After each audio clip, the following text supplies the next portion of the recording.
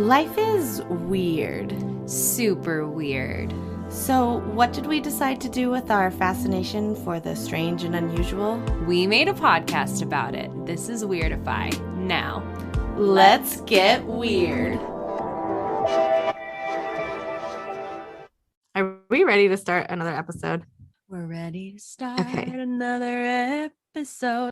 Welcome back to another episode of Weirdify, but with a spin. With a spin, because it's a What's the Weird? Number 2, our second listener episode. You guys, thank you so much for writing in emails. Thank you. Thank you.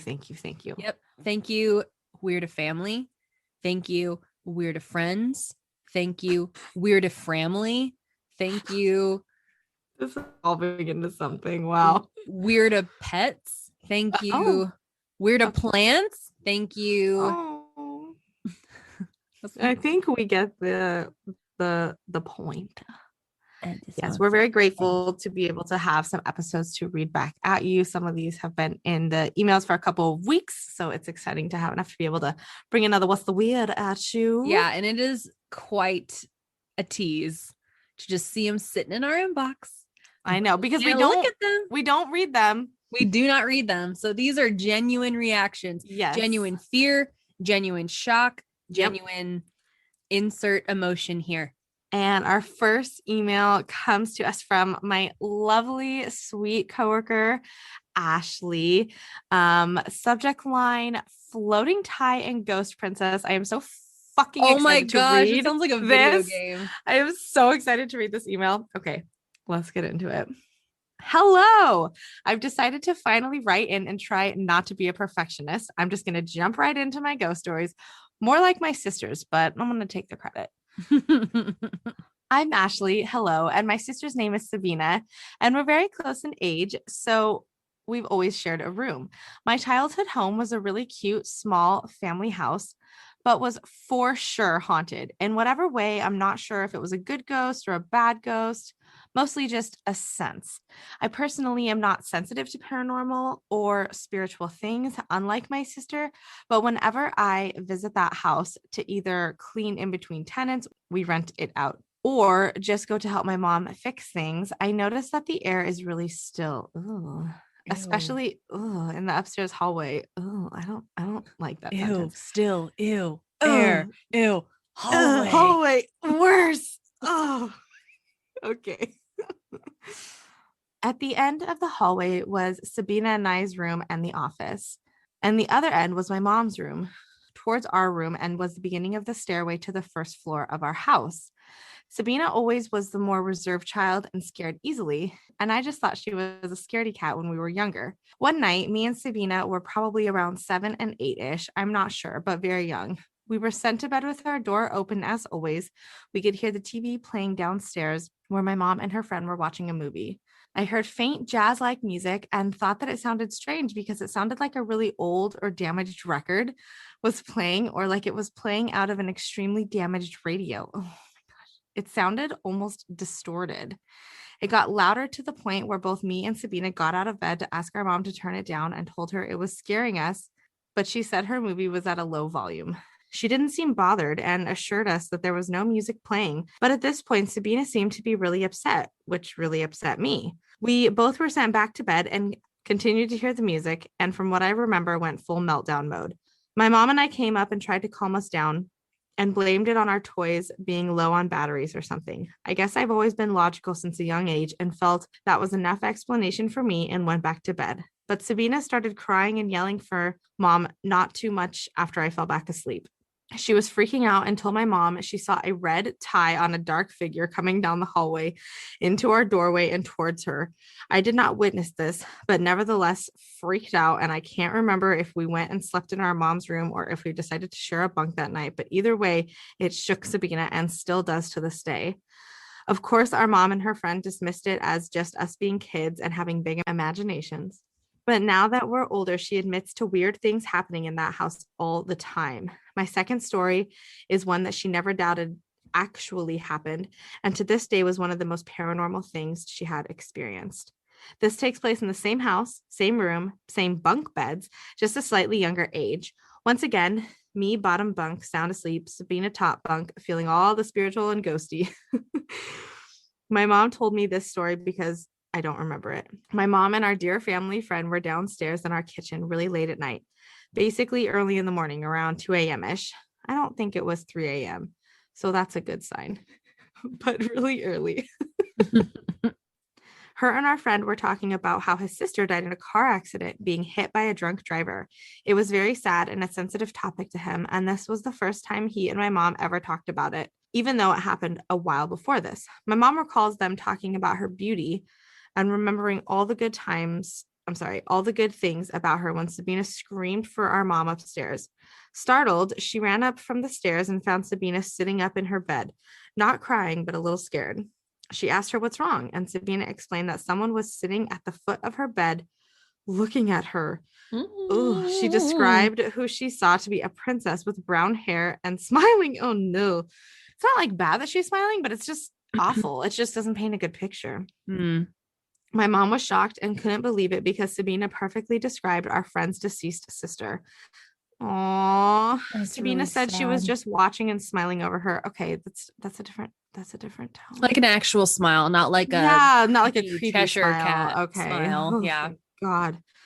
Every time we talk about it, I think it's really sweet. And sometimes I wish I could experience that. But also, I'm so grateful I live in blissful ignorance of all the things paranormal because Sweetie, I personally bye. can't. Because I personally cannot handle Ashley. Oh my gosh. These are my two stories. Bonus story. Today at work, my computer shut down as I listened to another podcast about a ghost bothering someone at work. Amanda witnessed this. Oh my Yes, gosh. This is all. I hope you guys enjoyed. Your biggest fan, Ashley. Oh my gosh. Love her. Have never met her, but love her. She's just absolutely wonderful. Thank you, Ashley, so very much from the bottom of my heart, Thank from the you, bottom of Weirdify's Ashley. heart. We are so grateful for We your story. appreciate you. That's a Thankful good that one. you didn't see Mr. Man with the tie walking towards you in the Ooh, house. I don't like Yikes, that. yikes, Anything, yikes. oh my gosh, anything on a dark figure that's like red eyes, red tie. No, no. All right.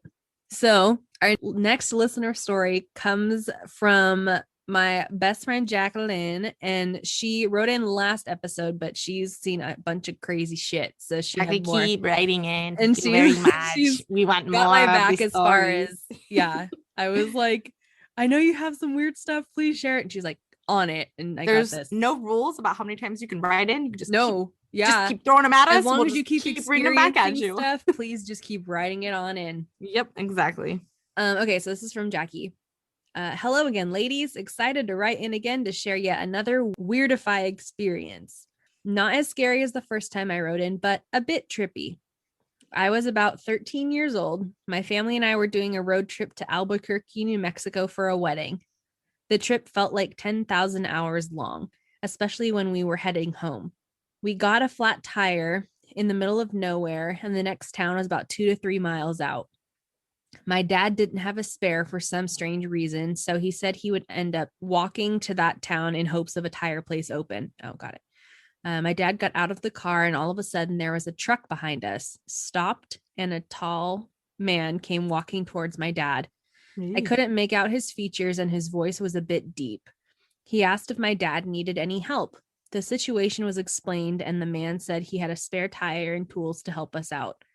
Everything got fixed, and the man shook my dad's hand and said to be safe. As my dad was getting into the car, the truck drove past us and disappeared, nowhere to be seen. Like I mentioned, we were in the middle of nowhere, so we could see when cars were coming and when they were still driving down the road. Not this time. The man just vanished, truck and all. I remember slightly freaking out and both my parents in shock.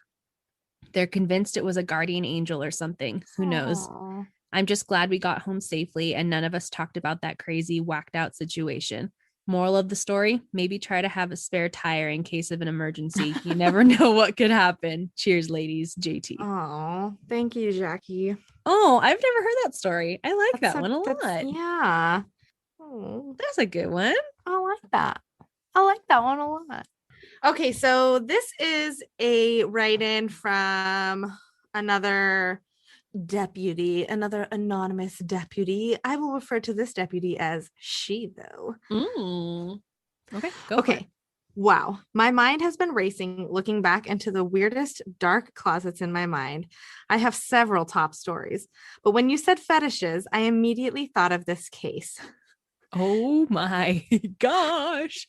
After I was hurt while on duty, I was assigned as a court bailiff for a while. One of the strangest, weirdest cases I was ever a part of was this. It started out being a straightforward civil trial against a local surgeon for insurance fraud in the millions. Ooh. This doctor based in La Jolla was being charged with performing completely unnecessary medical procedures and then charging insurance companies tens of thousands of dollars per procedure. He was being sued by all of the top insurance companies. Hard to remember the breadth and depth of fraud, but the prosecution had the very best, highest paid attorneys and doctors worldwide, including New York, New Jersey, Washington, Baltimore, England, France, and there was even an FBI component. We eventually sat a jury of 12 with 6 alternates due to the estimated length and scope of the trial. It had an estimate of 6 to 8 months to try the entire case, which is considered a major high-profile case. We proceeded with seating jurists who could be a fair, impartial, and they were really looking for jurors with a medical background, i.e., retired nurses, paramedics, fire and law enforcement. I thought this strange since it appeared to be a straightforward medical malpractice insurance fraud lawsuit. Mm-hmm. Well, after a few weeks, we finally seated a jury and began the case. To me, it seemed to be plugging along as a purely civil monetary case with a straightforward case of insurance fraud. About 6 weeks in, I was sitting at my desk in the courtroom when these patients were being called to testify on behalf of the defense, the doctor. They were trying to tell the jurors and judge that these were medically necessary procedures, all being amputations, all medically necessary amputations of major limbs, arms, legs, hands, Oh my gosh. breasts, penises, and testicles. There were, I'm estimating, at least 50 patients and witnesses. Holy moly. Oh my fucking God. Okay. Oh my God. Okay. Moving forward, pushing right along. Being a bailiff, it seemed to be moving along and looked as if this poor doctor was being unfairly persecuted by high-powered insurance companies. Then the defense rested its case. The persecution began with walking the jurors through the facts of the case that this doctor surgeon was removing body parts that were purely due to a sexual fetish. This fetish, oh my God, this fetish is called acrotomophilia, from the Greek words of having the top cut off. Oh my God. Okay. It is a paraphilia in which an individual expresses a very strong sexual interest in amputees or of having their body part removed. Some start off small, i.e., fingers, toes, ears, and then as the disease and fetish progresses, they will begin to have major body parts removed, such as arms, legs, hands, feet, noses, breasts, penises, testicles. Oh my God. Simply having a body part or appendage / limb removed without disease is not illegal by any means. What is illegal, oh my God, was that this doctor surgeon was billing these major insurance companies, claiming that these were medically necessary, claiming infection, loss of blood flow, severe pain. It turned out that this doctor was known worldwide and throughout the world of acrotomophilia. His problem was that he was billing the insurance companies, thus being guilty of the insurance fraud. Oh my God. What I remember in the world? I remember one witness expressing his extreme sexual excitement at the thought of licking his girlfriend's stumps. Oh! If I remember correctly, he was found guilty of both medical malpractice and insurance fraud. He did 1 year in prison and had to repay the insurance companies, lost his medical license, and paid sanctions in the millions. This doctor was extremely wealthy. Donald Trump, Jeff Bezos, Mark Zuckerberg kind of money. By the time this case was done and over, he had mere pennies. Oh my gosh. Holy For this case, I had no idea that this type of fetish even existed. I will continue search on what's left of my brain for more weird and odd stories. Yes, please keep searching. Maybe just for, she says, maybe just for CYA reasons, leave me anonymous on this one. XOXO hugs. Oh my gosh. Holy crap. That's amazing. I almost felt like guilty because I was like, is she supposed to be sharing this? Oh. Holy bejeepers in my papers. And then she sent in an teaser for you. We can cut this out, but the first thing that she sent is, this is my most disgusting case. Ooh, I don't know. That was pretty unsettling. Ooh, gosh. I would agree. Licking of the stumps. Wasn't a fan of the licking of the stumps. Okay, and I think we've saved the best for last. We've saved the best for last. And well, I don't want to say the best. All your stories are wonderful. It's my dad, so I'm impartial. No, yeah, he's your dad. So thank you, Amanda, for letting me read this story. Oh, because yes, absolutely. I'm not love your dad. It's as I'm sure everyone's aware, he's my hero. Love him. Unicorn dad. Immensely. Unicorn Dad has written in a story and I'm so excited. And he attached photos. I have heard this, but he said he's added like stuff to it, and I've seen some of the pictures, and I'm very interested to see your reaction. All right, here we go. Subject: child's play. Oh, I hate that title already. Sorry. Ugh. All right. It's funny how one's peripheral vision needs only a fraction of a second to tell ourselves an entire story. It's not a story told in words. There isn't enough time. It happens in an instant. And it's not one told in pictures either, for the flashed image is already gone by and wasn't very clear to begin with. No, it's a story told in the cryptic language of our gut, which desperately murmurs and mumbles in indecipherable pleas to be heard, like a wide-eyed victim with their mouth taped shut. A story. Sorry. No, he's not you. He's just writing so beautifully. I'm having a moment. Okay. I'm finding my composure. Okay. Jesus. Coming back down. A story for our conscious minds to understand, believe, and react to all in the blink of an eye. It's something that on its face makes no sense at all, but communicates a sudden sense that things just became, well, quote unquote, less safe than they were 1 second ago. A few months back, with the COVID quarantine about to drive us both nuts, my wife Lauren and I decided to take a drive down an old dirt road that turns and winds for several miles down a deeply wooded canyon. An ephemeral stream choked in grapevines, boulder outcroppings, and endless thickets of red-tipped poison oak drops off and borders the road to the north, while steep banks blanketed in thick chaparral and exposed granite cliffs that were cut when they built the road rise vertically to your right and make for an impossible climb to the south side of the road. I've gotten stuck out there once in the mud when the road was particularly bad. It's mostly only wide enough for a single vehicle and not particularly kind on your suspension, but it's usually in fairly decent shape. Finally, a few miles into the north is the large, heavy iron gate that cuts across the road, abruptly ending any further passage without the use of county road key. That's where you have to make a 3 or 4 point turn back and forth without hitting the gate or the cliff and without sliding off the road toward the stream in order to turn around and go back out the same way you came in. One way in and one way out. The long, sturdy arms of ancient oaks reach low across the road to the other side and back. Ooh, talking about them long, sturdy arms. I was going to say something. I'm so glad you did. Them, okay.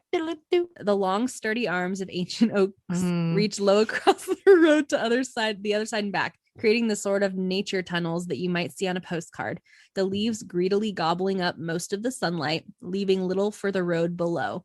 They're high enough for a vehicle to pass, but a delivery truck would be hard-pressed to clear them.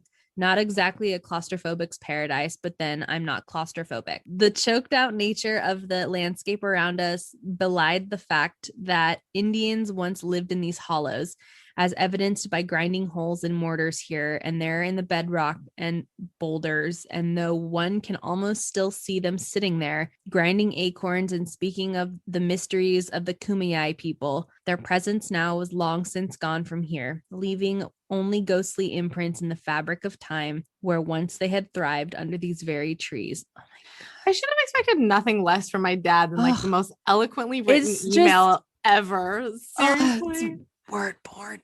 Oh my God. The place is known as Sloan Canyon, and this day would not be the first time that lazy writing in the program of The Matrix around that area had me scratching my head. Several years earlier, on the same dirt road, I was essentially invited to join a three-way, by a woman in a truck wearing nothing but a bra and goofy grin.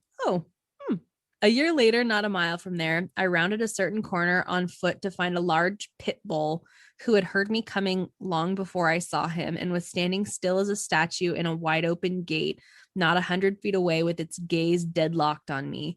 We both stood frozen for several moments while I tried to swallow back my pounding adrenaline. He never charged, but I opted to just throw those hiking pants away that night.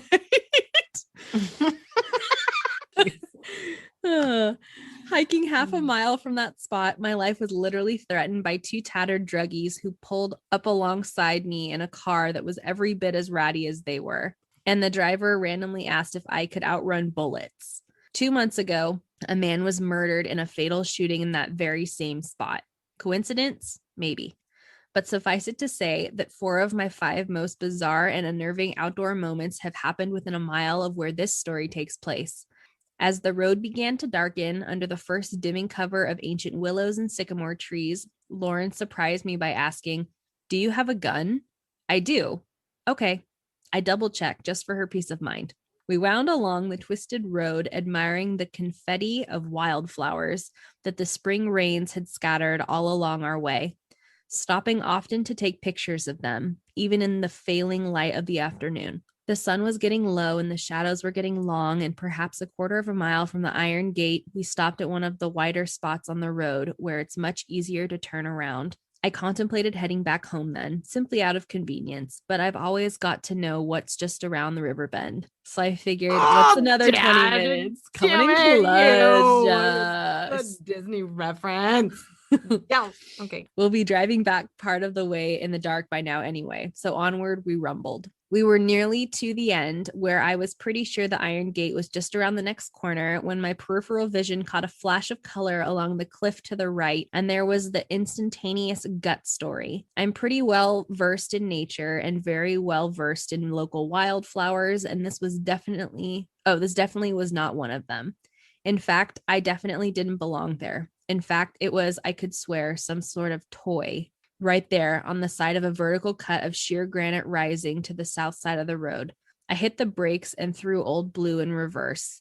And sure enough, in a hole carved into the cliffside, about as big around as a mailbox at eye level, was a small stuffed animal. It's hard to say what kind of animal it was supposed to be. It looked like years had worn it thin, and its head drooped in front like it was trying to remember something. The dirt had begun to slide around it, and small weeds had started to obscure his legs. But it had most definitely been placed there on purpose in his little den, watching the road for who knows how long now. It was truly strange, and I could only wonder why. People do things for a reason, and someone had taken the time to dig out this random little horizontal hole and place this slowly deteriorating toy just so, and far from anything. I wondered if it was some sort of a memorial like you sometimes see along a highway where someone died in a fatal crash, perhaps a child. I took a picture, shrugged, and got back in the truck where the heater felt good. I barely got moving again, this time with my focus sharpened, when I saw another carving of a hole in the side of the road. In fact, there were several, all with different animals and dolls, and all carved at very different times, which was evidenced by the amount of decay, the extent of mud that had slowly dribbled over them, and how many tiny weeds had grown in around them, slowly swallowing them bit by bit. There was a baby doll. Ugh, gross. There was a baby doll leaning against the back of her tiny cave with arms outstretched. A few feet away, a sad little horse's head hung low, below his body, just outside the opening to his cove. A small gorilla peered through mud-stained eyes, through the nest of grasses that surrounded him in his perfect little grave. Another baby doll looked quite new in her freshly dug pocket of soil and wore a Joker's hat. Ugh, no. Another toy's arm, just the arm, was stuck in the dirt at the mouth of one den. Yet another earthen pocket didn't give up its secret so easily. And only when I walked right up to it and put my nose a few inches from the entrance did I make out the wide black eyes of a rabbit grinning and peering straight back at me through thicker tangle of weeds. Oh, gross. This reminds me of the Island of Dolls. Yeah, exactly. It's exactly like that, except very close. Yeah, gross. In all, there were probably 50 of these half-buried trinkets spread out over 100 feet or so of the tail end of Sloan Canyon Road. But why? I knew they had to mean something, but the thought of a simple memorial now seemed less likely. Someone had been placing these here for a long time, and by the looks of it, they still were. That many accidents just don't happen in one spot. I couldn't help but wonder what Lauren was thinking, given the fact that we were several miles into a quickly darkening dead-end road with evening beginning to fall. She's probably thinking, oh, what the fuck? Get me the fuck out of here. Yeah. I tried to push the idea of them with being some kind of trophies out of my mind. Still, last week, a friend of mine at work was talking about hiking out in Sloan Canyon the day before. He's a Wiccan and is very much in tune with things unseen and unexplained. He casually mentioned hearing a child crying out there. Oh no. And followed up with saying that he dug a little hole in the side of the road and left a toy. I turned to look directly at him. What did you just say? Those are my actual words. Oh yeah, I didn't want them following me home, so I left a toy. Wait, you dug a hole in the cliff and put a toy there? Oh yeah, he began to explain. People often hear children either crying or screaming out there, so if you hear it, you leave them a toy so they won't follow you home. Oh, poor baby. I stared at him speechless, and he could see my bewilderment. Yeah, if you Google San Diego's top 10 haunted trails, that one is number 3. And by God, he was right. Oh my gosh! Oh, I don't want to look at these pictures by myself. Oh, too bad. I'm right here, baby. You have to look at them. Is that the end of it? That's the end of it. That's the end of the email? Yes. Wow, so abrupt. I need the door open for this. Okay. I'm feeling very freakish. Okay. They're not cute. I'm gonna look at them with you. Thank you. That's what I was trying to allude to. Oh, okay. Sorry. I mean, yeah, I can pull them up from my end. He has a bunch of them. Oh God. Oh, the bunny. Oh, it looks like a penguin. I read a penguin feet. Oh my gosh. Oh, it's like a Mr. Potato Head arm. Wow. Oh my gosh. So much creepy stuff right in my backyard. Mm-hmm. Proctor Valley Road. Like this trail is I had shivers the entire time. It is so much scarier reading these stories without you here. Oh, that's why I was like, I can at least see Michael and Lady now. Do your thing, door. Crystal. Send her protection. Grab it. I'm grabbing it through the camera. Oh, Jim. That was so beautifully written, but it was so eerie. Yeah, it's definitely a trip. Ew. For sure. Well, thank you guys again for writing in. If you have any stories you would like to share in any realm of any of our episode topics, you can send them into weirdifypodcast@gmail.com, or you can send them to us under our Make Contact tab on our website, weirdifypodcast.com. We love to hear from you guys. I'm gonna bring more of these to you. So yes, these are our weird shit. These are our favorite, at least my favorite, but I'm pretty sure they're your favorite too. These are the funnest, creepiest. Yeah. I'm shaking. I'm so scared. I love the firsthand account. It's just, it adds element and we're having fun with it. So we would definitely love to bring more of these at you. Yeah. And we will have some more stories. Yes. And we will make sure that we attach the photos to the Instagram post for this. What's the all weird? The creepy dolls and the creepy stuffed animals. Yes. All the creepy things. Yes. And yeah, you can follow us on Facebook, Instagram, Twitter at Weirdify Podcast. All them places. Y'all know the drill. Yeah. Anyway, until next time, please remember to keep it weird.